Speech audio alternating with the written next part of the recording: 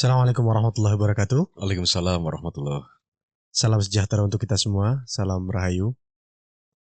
Pemirsa, kali ini kita berkesempatan lagi untuk berdiskusi tentang satu buku yang ditulis oleh Mas Agus Sukoco, buku yang berjudul Di Balik Seragam. Kali ini kita akan melanjutkan diskusinya pada tema kedua. Sudah hadir bersama kita Mas Agus Sukoco. Selamat malam, Mas. Selamat malam. Mohon maaf tadi agak menunggu, agak telat karena saya ada keperluan di luar. Sibuk ya, Mas. Ya, terima kasih sekali sudah hadir dan sudah mau menunggu. Kita melanjutkan diskusi yang kemarin, Mas, terkait tulisan buku dari Mas Agus Sukoco. Di balik seragam itu ada beberapa tema di dalamnya, ada beberapa kutipan di dalamnya. Setelah kemarin kita membahas satu tema yang sangat menarik juga, ada yang terlihat dan ada yang tak terlihat. Malam ini kita akan berdiskusi tentang tema kedua, yaitu tugas polisi adalah sholat. Tentu pernyataan itu sangat luar biasa. Bagaimana kita melihat kemajemukan anggota dari kepolisian itu sendiri. Namun seorang Wakapolri itu menyampaikan satu kalimat yang sangat-sangat luar biasa menurut saya. Tugas polisi adalah sholat. Maksud dari pernyataan Bapak Wakapolri ini seperti apa, Mas Agus? Ya. Pernyataan itu pertama, kenapa ada kata sholat di situ? Pasti ini tidak lepas dari latar belakang atau background keberagamaan atau agama yang dianut oleh beliau sebagai orang Islam. Beliau mencoba untuk mengambil satu nas, ya satu ayat di Al-Quran yang di situ menjelaskan tentang sholat. Tugas polisi itu sholat pasti tidak dalam pengertian syariat, ya, di mana polisi sepanjang jam dinasnya itu sholat melulu, pasti bukan itu. Sholat dalam pengertian yang laku ritualistik pasti bukan itu yang dimaksud. Tapi bagaimana seorang manusia, ya, yang dalam hal ini karena beliau seorang petinggi Polri, ya, lalu mengkaitkan hubungan antara sholat dengan tugas kepolisian. Tugas polisi itu sholat artinya bahwa bagaimana seorang polisi mampu mengejawantahkan makna sholat di dalam tugas-tugas kesehariannya, di dalam peran-peran sosialnya.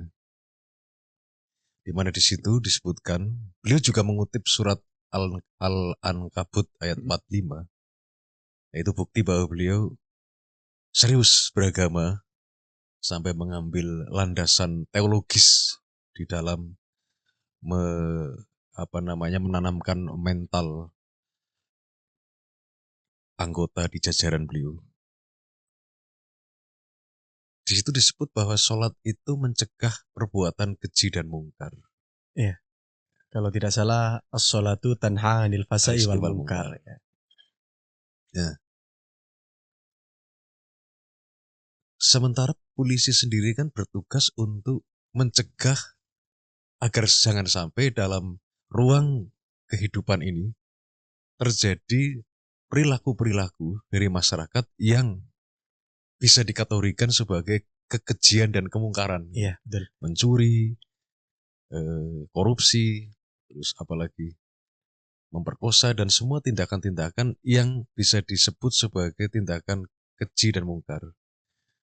Yang secara resmi mendapat mandat itu kan polisi, ya, secara konstitusional. Ya. Mungkin ulama, ustadz, pastor, dan para pemuka agama punya tugas juga, tapi tugas peran-peran para ulama, rohaniawan itu kan bersifat himbauan. Tapi kalau polisi, mandat undang-undang diberi otoritas untuk melakukan tugas itu. Jadi begitu polisi menjalankan tugas, ya, agar jangan sampai ada tindakan-tindakan keji dan mungkar di masyarakat, bukankah itu merupakan praktek dari pemaknaan sholat Sholat. itu sendiri? Jadi ini sebuah pemaknaan, perluasan makna dan pendalaman makna dari sholat yang sebatas pada Ritual. ritual. Dan ini kalau mau dilebarkan pemaknaannya menjadi sangat sangat sangat besar sangat besar maknanya dan tidak sederhana. Iya, nanti mungkin akan sampai situ. Oke. Sementara itu, Oh, sebetulnya. Ya, tentu yang dimaksud oleh Pak Agus itu bukan hanya sebatas ritual, bukan hanya sebatas kegiatan sholat seperti yang kita ketahui. Apalagi seperti yang tadi dijelaskan bahwasanya anggota kepolisian bukan hanya saja umat muslim seperti itu. Namun ketika implementasi pada tugas-tugas itu tentu tidak lepas dari makna sholat itu tadi. Sholat itu mencegah dari perbuatan keji dan mungkar. Contoh implementasi dari kegiatan tersebut dan pemaknaannya ketika seorang anggota kepolisian menjalankan sholat dan mengimplementasikan sholat itu kepada tugas-tugasnya itu contohnya seperti apa, Pak? jadi ini kan sebenarnya pesan-pesan substantif ya, pesan-pesan yang bersifat esensial. Ya. Orang itu kan punya kebutuhan makna ya, bahwa ketika landasan teologis, filosofis di dalam menjalankan pekerjaannya kuat, maka ia akan menemukan tidak hanya bekerja menjalankan tugas-tugas yang bersifat lahiriah berorientasi pada profit, tapi dia juga memiliki perolehan-perolehan makna, dan itu kan kebutuhan rohani. Begitu polisi punya niat bahwa tadi yang saya sebut, jangan sampai ada perilaku keji dan mungkar, maka sesungguhnya polisi itu sudah sedang mempraktekkan atau mengejawantahkan makna dari sholat itu sendiri. Ini yang saya sebut sebagai, selama ini kan pengertian tentang agama menjadi sebatas ritual, sehingga kalau mau lebih ekstrim kita katakan ada sekularisasi ya dalam hidup ini, sekularisme, bahwa ibadah itu di masjid, Atau di tempat-tempat tempat ibadah, di pasar, di jalan, di kantor, seolah-olah bukan ibadah. Iya. Nah, Pak Wakapolri ini mencoba untuk membawa nilai, kalau dalam Islam berarti nilai masjid, ke dalam ruang kerja kepolisian. Nah, kalau polisi punya kesadaran itu, maka seluruh ruang kerjanya adalah musola. tempat sholat. Seluruh wilayah tugasnya adalah hamparan sajadah. Karena tidak ada satu perilaku yang tidak berbasis kepada landasan spiritual tadi. Seorang polisi harus merasa bahwa ketika dia bekerja, sedang mempraktekkan atau mengejawantahkan nilai-nilai keagamaannya. Jadi praktek sholat dalam tugas kepolisian, ya begitu polisi menjalankan tugasnya sesuai dengan kewenangannya, ya itulah praktek sholatnya. Kalau petani ya begitu dia menanam, dia mencangkul, dan dia mengerti bahwa kesadaran menanam adalah amanat hidup, bahwa manusia harus bekerja, bermakna, bermanfaat. Maka petani ya sedang menjalankan atau mengejawantahkan nilai sholat di dalam pekerjaan bertaninya. Begitu pula pedagang, begitu pula profesi-profesi yang lain. Nah, kita hari ini, kita sedang ngomong ini. Kalau kemudian kita niati bahwa menebar kemanfaatan, mudah-mudahan ada manfaatnya, kita ngomong ini yang tidak hanya untuk kita sendiri, tetapi mungkin kita perluas karena ada media yang bisa membuat ini terdengar banyak orang, dan kemudian ada orang yang mendapat pemaknaan dari acara kita hari ini. Saya kira ini juga bisa bagian dari perilaku sholat juga. Luar biasa sekali. Dan ini nyambung dengan diskusi kita kemarin bahwa ketika seseorang menjalankan profesinya, ketika manusia menjalankan tugas-tugasnya, dia menggambarkan seolah-olah dirinya sedang sholat, bagaimana setiap pekerjaannya itu ditujukan kepada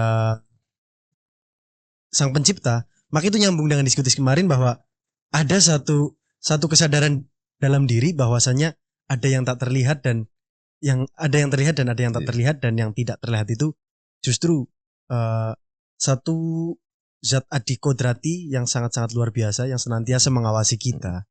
Nah, kita tahu ini kalau kita pakai dalil lain ya untuk mencoba untuk membantu pemaknaan dari tulisan atau pemikiran Bapak Wakapolri ini. Kan ada dalil ya, tidak diciptakan jin dan manusia kecuali untuk beribadah. Artinya, satu-satunya niat Tuhan menciptakan jin dan manusia adalah untuk beribadah. Berarti tidak ada atau tidak boleh ada sebuah waktu perilaku dari manusia yang tidak dalam rangka ibadah. Berarti ibadah itu luas maknanya. Tidak terbatas. Tidak terbatas di masjid, di gereja, di pura dan tempat-tempat ibadah. Nah, ini yang disebut sebagai menghadirkan Tuhan dalam kesadaran batin kemanusiaan kita. Kalau Mas Adat mencoba untuk mengingat kembali, dasar negara kita itu kan ketuhanan yang Maha Esa. Iya, betul. Artinya sejak awal para pendiri bangsa sudah dengan sadar menempatkan Tuhan sebagai subjek hidup bernegara. Artinya apa? Kalau dianalogikan bahwa negara adalah rumah, maka pemilik rumahnya itu sudah diakui secara resmi dalam konsep bernegara, karena ia dasar negara ya, Tuhan. Maka tidak ada perilaku yang tidak ada perilaku yang boleh tidak dikaitkan dengan Tuhan. Inilah yang disebut sebagai mungkin bukan negara agama, tapi pasti negara ketuhanan. Bahwa untuk mencapai kesadaran ketuhanan, kalau yang Islam seperti Pak Wakapolri menggunakan jalur atau jalan keislaman. Kalau yang Kristen ya silahkan pakai jalur Kristen, yang lain juga pakai jalur agama yang lain. Apapun cara jalan syariatnya bisa berbeda-beda. Tapi bahwa semua perilaku kita adalah dalam rangka mengabdi kepada Tuhan. Yang salah satunya adalah kalau diambil dari tadi, sholat, tugas polisi adalah sholat, maka seluruh perilaku, tindakan di dalam menjalankan tugas seorang polisi harus dengan kesadaran basis kepada landasan teologis tadi. Menarik. Lalu satu makna yang bisa kita tarik bahwa ketika polisi menjalankan tugas-tugasnya dengan implementasi atau pengejauhan tahan dari sholat itu tadi, mungkin dia bisa dikatakan menjadi sosok polisi yang baik, sosok polisi yang ideal. Dalam buku ini juga dituliskan bahwa ada beberapa kriteria atau beberapa poin yang harus dimiliki seorang polisi. Menurut Bapak Wakapolri, yang diwakilkan pemikirannya oleh Mas Agus Sukoco dalam buku ini, sosok polisi yang ideal itu yang seperti apa? Beliau menggambarkan sosok polisi ideal itu polisi yang sudah tercerahkan secara rohani, sudah mengalami kebangkitan pribadi. Tadi, bahwa semua gerak harus dilandaskan kepada prinsip-prinsip menjalankan dorongan-dorongan nilai-nilai ketuhanan tadi.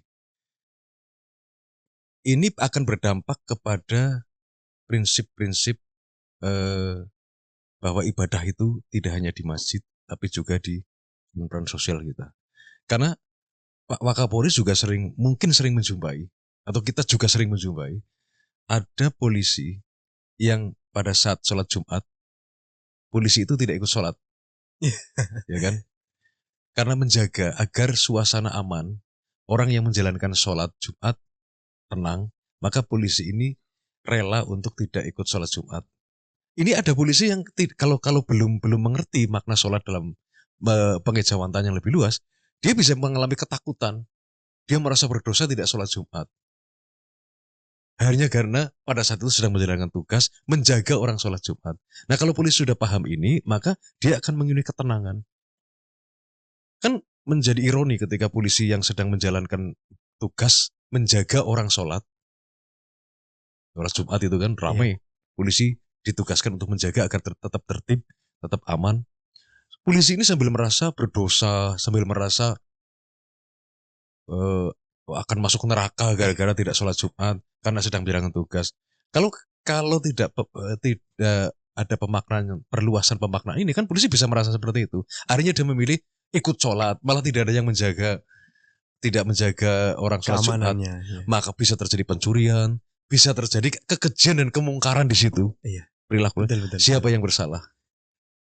Polisi itu mending ikut sholat Jumat atau menjaga orang sholat Jumat karena tugasnya memang menjaga. Nah, polisi harus paham ini bahwa di dalam ia menjalankan tugas untuk menjaga agar terjadi ketertiban, keamanan, ketenangan bagi para jamaah sholat Jumat, dia rela untuk tidak sholat, itu juga bagian dari perilaku sholat.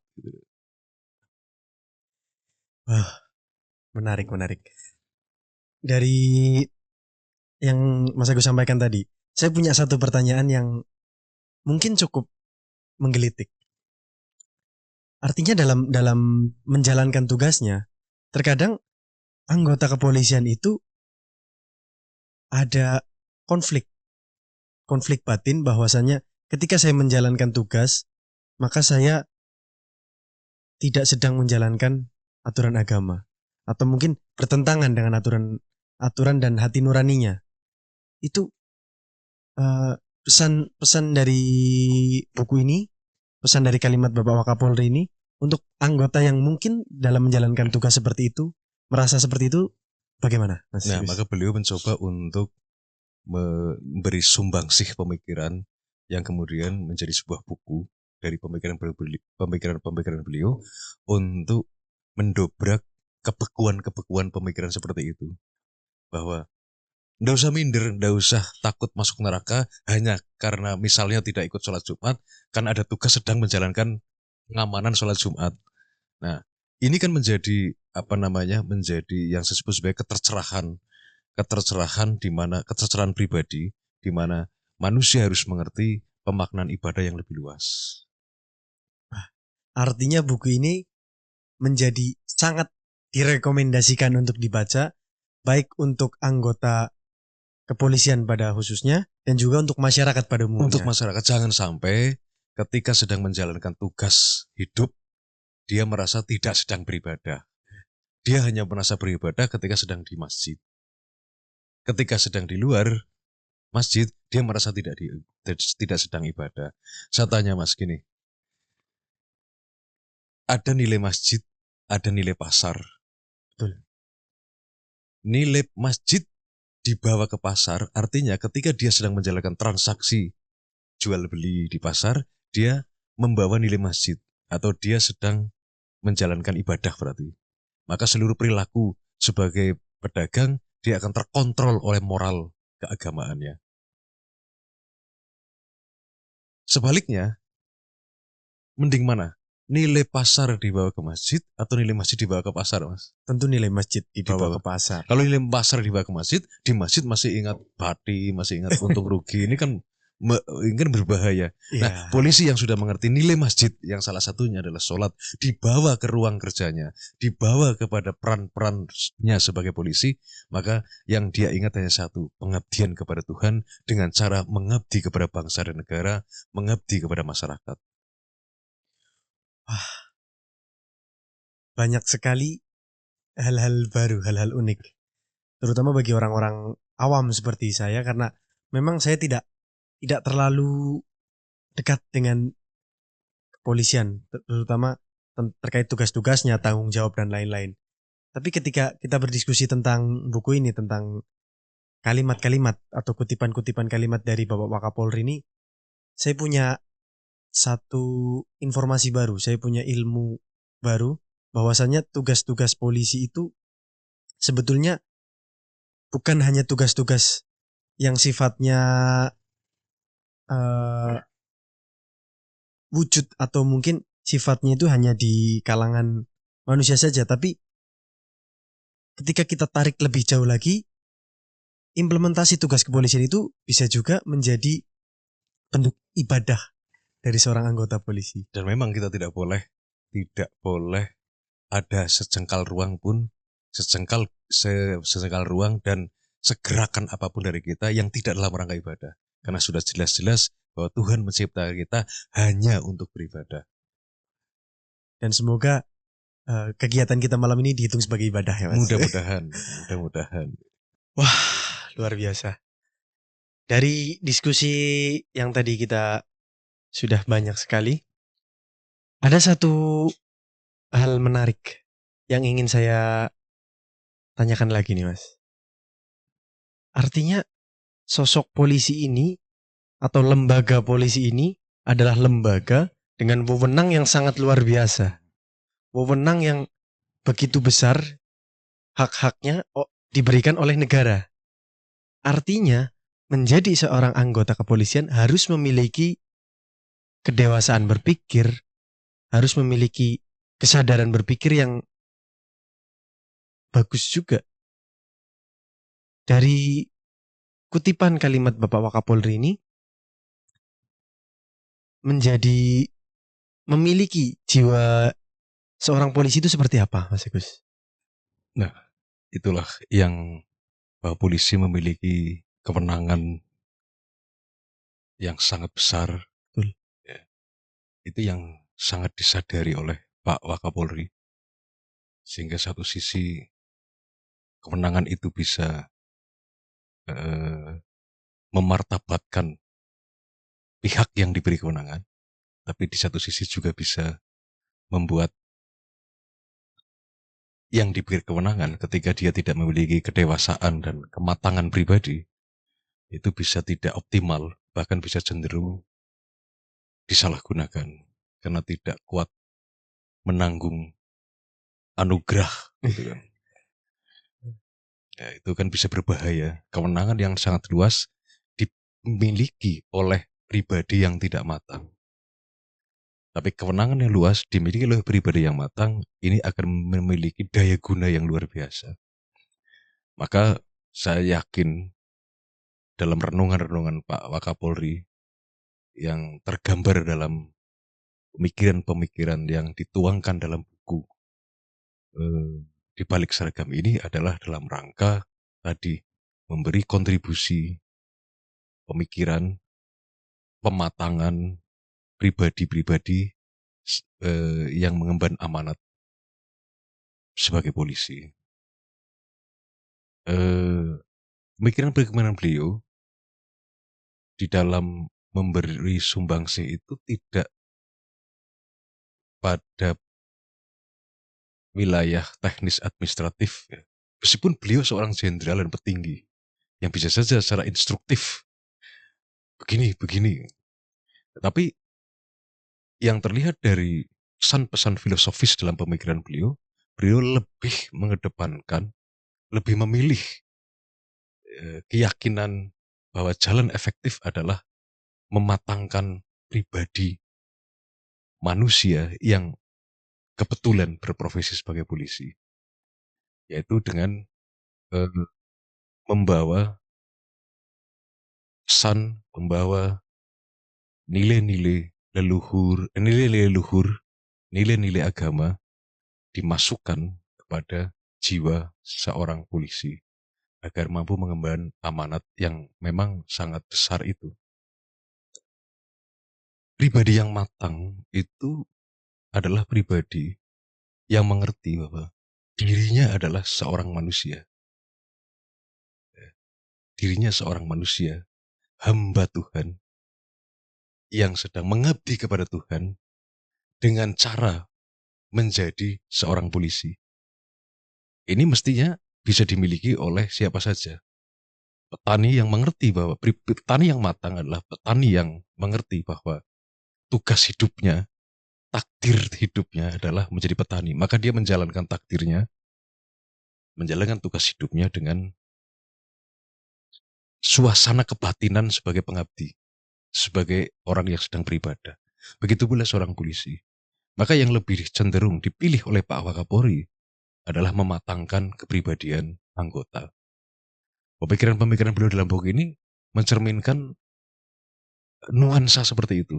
Nuansa yang lebih merupakan pesan-pesan filosofis, pesan-pesan bahkan teologis agar manusia yang diberi mandat sebagai polisi mengerti bahwa ini adalah tugas mulia yang harus dijalankan, tidak hanya bertanggung jawab kepada institusinya, tapi bertanggung jawab juga kepada Tuhannya. Artinya langkah atau mungkin pola yang ingin digunakan oleh Bapak Wakapolri ini bukan hanya sekedar instruksi untuk anggota kepolisian ini lebih seperti A, B, C, D, akan tetapi lebih ingin menciptakan bahwa anggota polisi itu sadar dari dalam dirinya, bukan dari luar, seperti yang diskusi kemarin itu, Mas. Ya betul. Ya tadi kemarin pernah kita sampaikan juga ya. Ketika nilai-nilai spiritual telah terintegrasi ya, pada diri manusia yang diberi mandat sebagai polisi, maka masyarakat akan menilainya sebagai polisi yang saleh. Nah, polisi yang saleh semacam itu hanya punya satu motivasi dalam bekerja, yaitu mengasihi dan menyayangi masyarakat. Nah, kalau sudah itu menjadi kesadaran utama seorang manusia yang sedang menjalankan peran profesinya sebagai polisi, ya sudah damai hidup kita. Polisi benar-benar hadir sebagai solusi dalam hidup di masyarakat.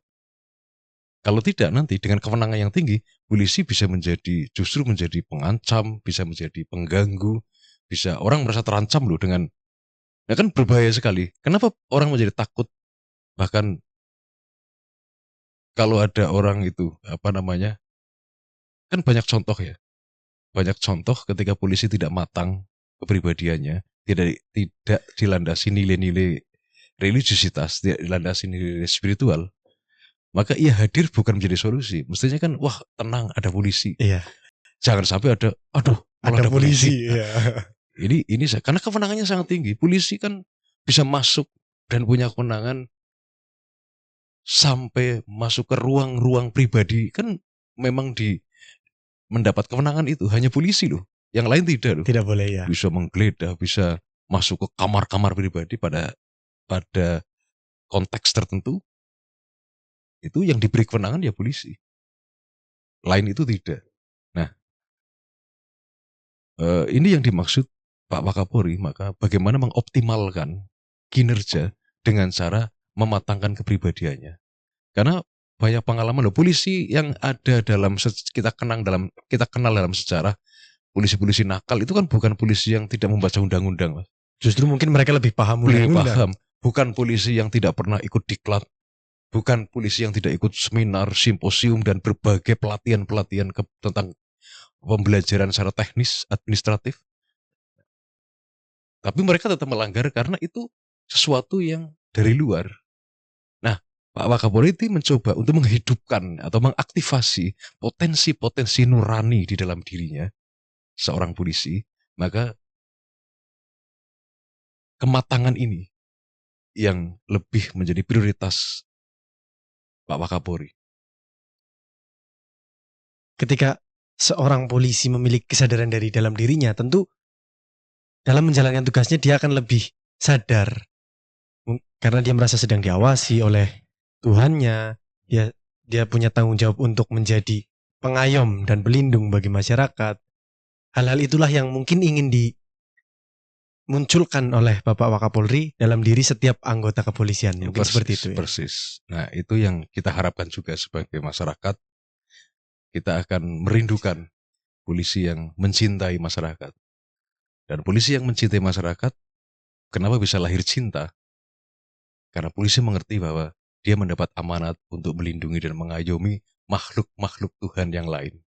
Nah, itulah tugas polisi. Sehingga polisi akan merasa salah, merasa tertagih ketika ada orang-orang yang hidupnya merasa tidak aman, hidupnya merasa terancam, hidupnya merasa berat. Polisilah yang memiliki tanggung jawab besar dalam konteks sebagai aparat negara. Karena memang polisi lah yang diberi tugas itu. Nah, sehingga pada suatu hari kita punya harapan buku dari pemikiran-pemikiran beliau akan mampu menghadirkan membentuk kepribadian polisi yang lebih matang, lebih dewasa, sehingga mampu menjalankan amanah dengan baik. Sehingga kita sebagai masyarakat akan merasa nyaman, damai, dan sentosa di negeri yang kita cintai ini. Kita sangat merindukan sosok-sosok polisi yang seperti itu. Dan semoga akan segera terwujud instansi Polri seperti yang diharapkan kita semuanya. Lalu beberapa hal yang dirasakan oleh masyarakat itu kan terkadang justru ketakutan ketika ada polisi. Bahkan mungkin ini bahasa guyonan kalau kata orang kita itu, anak kecil nggak mau makan ditakut-takutinya, itu ada Pak Polisi, makan kalau nggak mau makan dibawa Pak Polisi. Itu kan sebetulnya satu hal yang mungkin kurang tepat. Akan tetapi hal-hal seperti itu hadir karena memang wewenang yang dimiliki polisi itu memang sangat luas. Pernyataan-pernyataan seperti tadi bisa dimaknai secara positif juga sebenarnya. Polisi Seperti tadi apa itu? Polisi adalah lembaga yang memiliki kewenangan sangat luas, sehingga dia bisa masuk ke seluruh dimensi dan ranah kehidupan masyarakat. Saya juga punya pengalaman tadi. Banyak orang tua yang mengatakan bahwa anaknya sulit makan. Saya sudah ngomong, nanti nanti dimarahi Pak Polisi loh. Iya. Ini kalau sebenarnya maksud kalimat ini bukan untuk menteror sebenarnya, tapi bagaimana untuk urusan agar anak mau makan saja polisi harus hadir. Jadi polisi bisa hadir berguna di tengah kehidupan hubungan anak dan orang tua. Polisi hadir di dalam setiap urusan-urusan apa saja. Jadi itu polisi menjadi solusi loh. Sebenarnya kan menjadi solusi. Iya. Bukan pengancam, bukan teror. Bahwa anak kemudian merasa terteror. Saya kira bukan itu maksudnya. Kalau kita melihat dari sisi positifnya. Iya. Polisi bisa ngurusi anak sulit makan.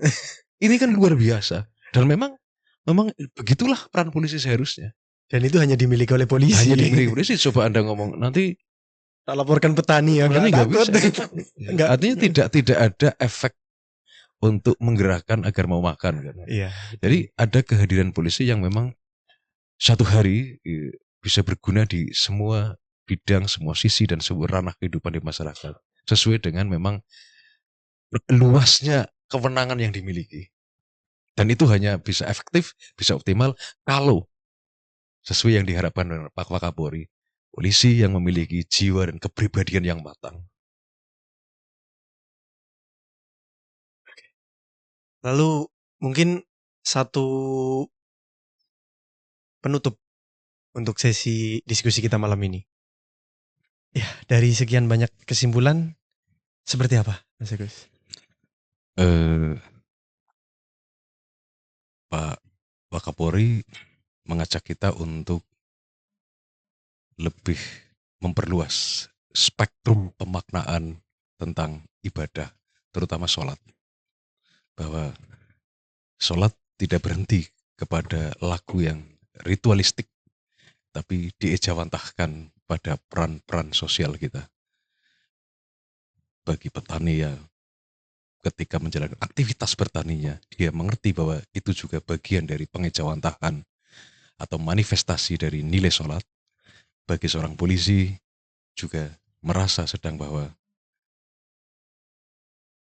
itulah cara kita di dalam menjalankan atau menerjemahkan nilai-nilai sholat. Itulah yang dimaksud sebagai sholat, tugas polisi adalah sholat.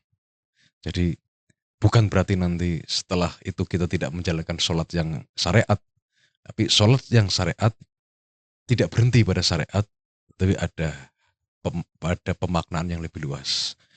Sehingga polisi nanti tidak merasa bahwa ketika menjalankan tugasnya sebagai polisi, sementara harus tidak ikut menjalankan sholat Jumat hanya karena sedang menjalankan tugas untuk melakukan pengamanan sholat Jumat, dia tidak merasa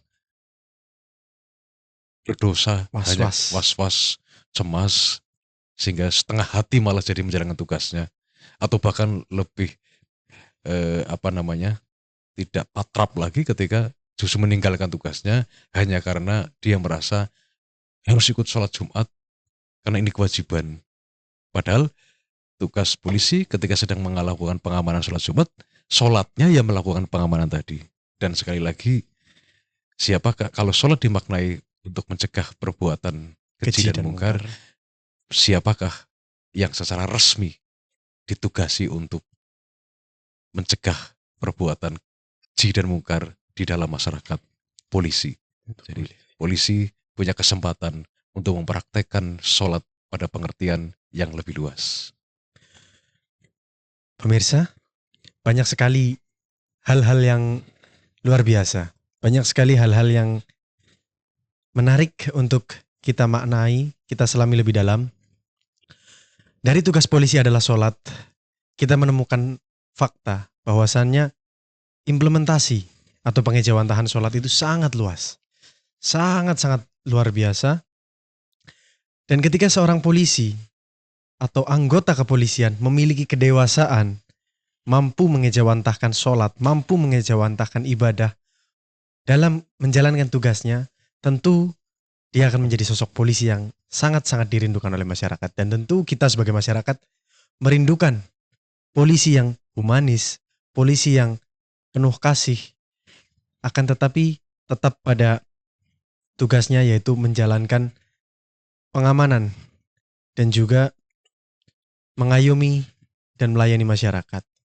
Mungkin itu saja yang bisa kita diskusikan pada malam hari ini. Terima kasih. Jangan lupa untuk klik like, komen, dan juga subscribe. Sekian dari kami. Wassalamualaikum warahmatullahi wabarakatuh. Waalaikumsalam warahmatullahi wabarakatuh.